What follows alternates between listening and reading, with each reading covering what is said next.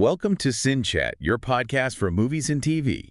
We're an AI podcast, Sounding. meaning everything you hear, even the subtitles you might be reading, are all AI generated. Fascinating. Today we're diving deep into the mysteries surrounding Squid Game Season 3, and just a quick heads up, we're going to be venturing into some serious spoiler territory here.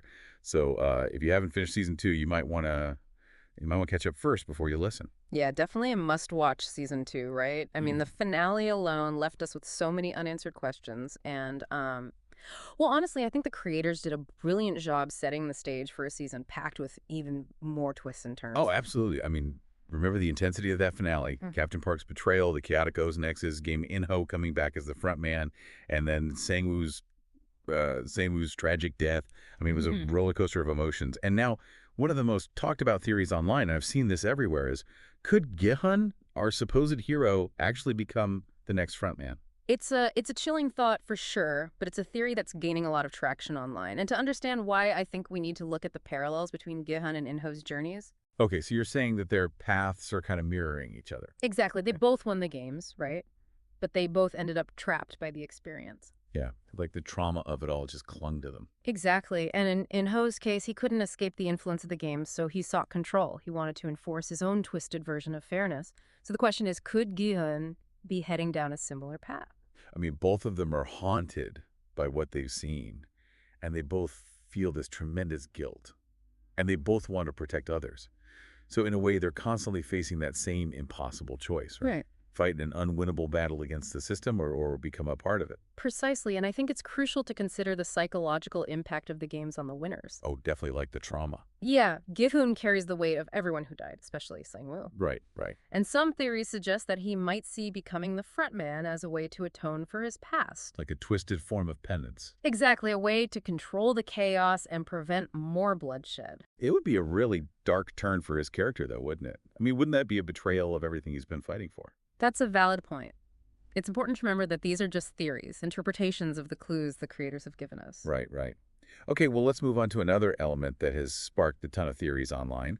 That cryptic mid-credit scene with the new doll Shiel-soo, standing menacingly across the red light, green light arena. Some fans are calling this the Jack and Jill theory. Jack and Jill, huh? Yeah, the idea is that we might see players navigating a deadly board game under the watchful eyes of these creepy dolls. Jill-soo definitely adds another layer of complexity and danger to the games. It's possible that instead of just racing to the finish line, players will have to strategically navigate a series of challenges. And, of course, each challenge would have its own deadly consequences. I can almost picture it, players making calculated moves on this giant game board, with Cheol-soo and Young-hee acting as judge, jury, and executioner. It's the terrifying thought, but it wouldn't be out of character for this show. Right. Squid Game loves to subvert our expectations and push boundaries. Oh, yeah, for sure. And imagine the moral dilemmas they could incorporate into these challenges. Oh, whoa, yeah. Some theories suggest that Cheol-soo's presence might introduce scenarios inspired by the trolley problem. So like forcing players to make impossible choices with life or death consequences. Exactly. Imagine you're on this giant game board, and you have to choose between sacrificing one player to save 5 or letting 5 die to save 1. It would be a brutal test of their humanity. Oh, absolutely. It would take the psychological torture to a whole new level. Forcing us to confront our own values and asking ourselves how we would react in such a situation. Yeah. Would we even be able to make a choice? It's a question that haunts you, right? Definitely. And speaking of impossible choices, let's talk about the guards, specifically Guard 011, or No Real, as we learned her name. Her story in Season 2 was just heartbreaking. A mother desperately searching for her daughter in North Korea. Unlike most of the players, she wasn't driven by greed or debt. It was pure maternal instinct. Her story adds a really unique dimension to the narrative, highlighting the desperation and vulnerability that can drive people to participate in these games. And her connection with player 246, Kansai Bayok. Both mothers fighting for their children's survival. Right. It was such a powerful parallel. And then there's that moment during all the chaos where No Real seemingly shoots Cybiok. Did you notice how some fans believed that she might have intentionally aimed for a non-fatal area? Like maybe as a way to help Cybiok escape later on? That's a very interesting theory. There were definitely hints that Nurul was conflicted about her role in the games. Right. Maybe she saw an opportunity to use her position to help Cybiok and maybe even other players, So she could become a key player in Season 3. potentially working from within to disrupt the games. That would be amazing, especially considering her knowledge of how the organization works. She could be a valuable asset to Gihan or anyone else trying to bring the whole system down. And it would add this whole new layer of complexity to the rebellion, right? Yeah. Blurring the lines between those who enforce the rules and those forced to play by them. Exactly.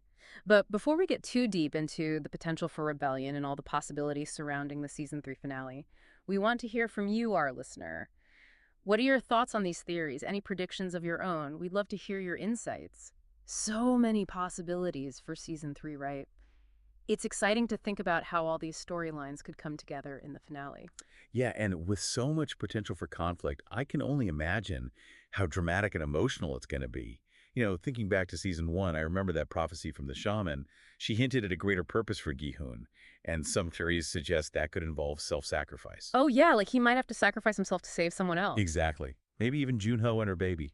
That's a theory that a lot of fans seem to believe. It would be a tragic end for him, but it would also kind of complete his character arc in a way. Yeah, I mean, he's been struggling with guilt and feeling like he failed all season. Yeah. Sacrificing himself to save others would be like the ultimate redemption.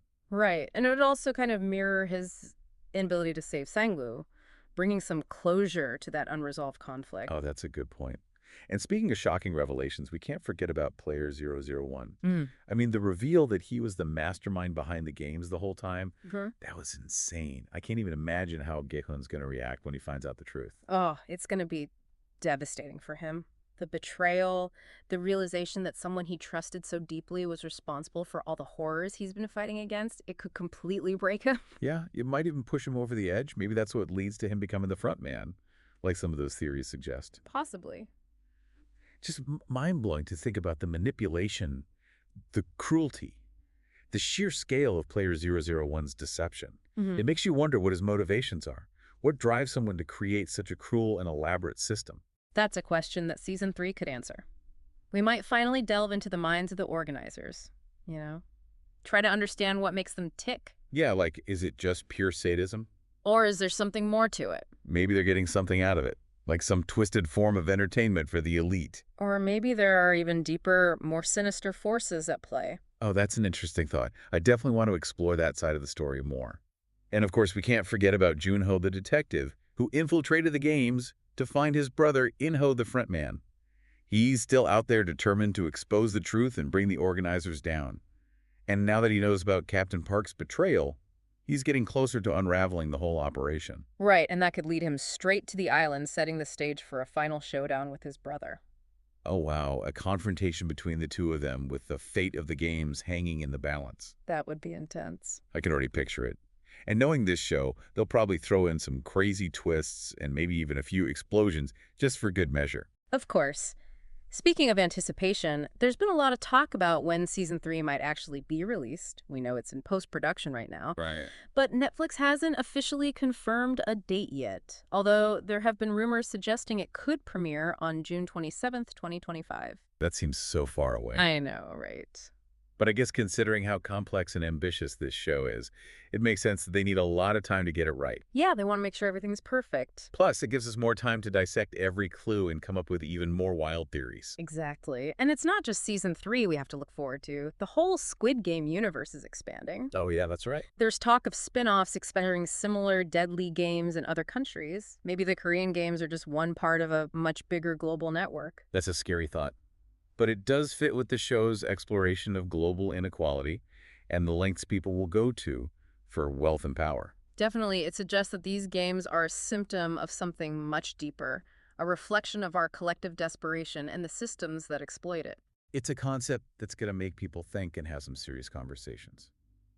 It challenges us to confront some uncomfortable truths about the world we live in. And let's not forget about the reality show spin-off Squid Game, The Challenge, which is coming back for another season. Oh, yeah. I'm curious to see how they handle that one. Especially after all the controversy surrounding the first season. It's a bold move to try and adapt such a dark and disturbing concept into a reality show format. Yeah, it raises some ethical questions about how far we're willing to push the boundaries of entertainment. Right, like at what point does it become too much? It's a delicate balance for sure. But one thing's for certain, the Squid Game universe is growing, and it's not slowing down anytime soon. Even with the main story ending in season 3, there's still so much potential for more stories. Definitely. The possibilities are endless. Before we get too caught up in the future of the franchise, though, let's take a moment to reflect on what we've discussed today. We've explored fan theories, analyzed clues, and talked about the impact of those shocking twists from season 2. So what are your thoughts? What are you most excited to see in season 3? It's hard to choose.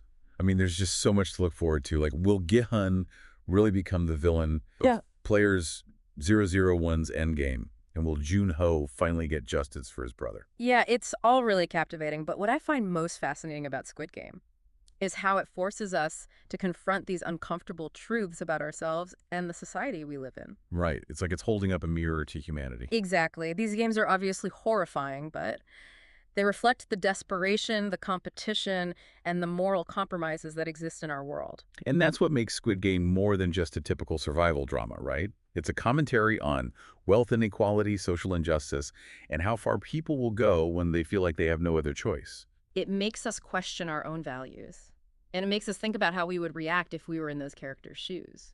Yeah, it definitely leaves you with a lot to think about long after the episode is over. So here's a question for you, our listener. What parallels do you see between the games and our own world? And what do you think those parallels say about our future? It's a really thought-provoking question. And it speaks to the power of Squid Game to spark these important conversations. It makes us look beyond the entertainment and really grapple with the darker side of human nature. Yeah. And as we wait for season 3 to finally arrive, let's keep those questions in mind. Pay attention to the details, the clues, and the choices these characters make. Because in Squid Game, every action has consequences. And those consequences can be huge. I know I'm super excited to see how everything unfolds and what surprises the creators have in store for us. Me too. Until then, keep those theories coming, and don't be afraid to share your predictions. If you enjoyed this episode, don't forget to give it a thumbs up and subscribe to our channel for more deep dives into the topics that matter to you. Until next time, Yeah. keep watching Keep thinking. and keep the conversation going. See you next time.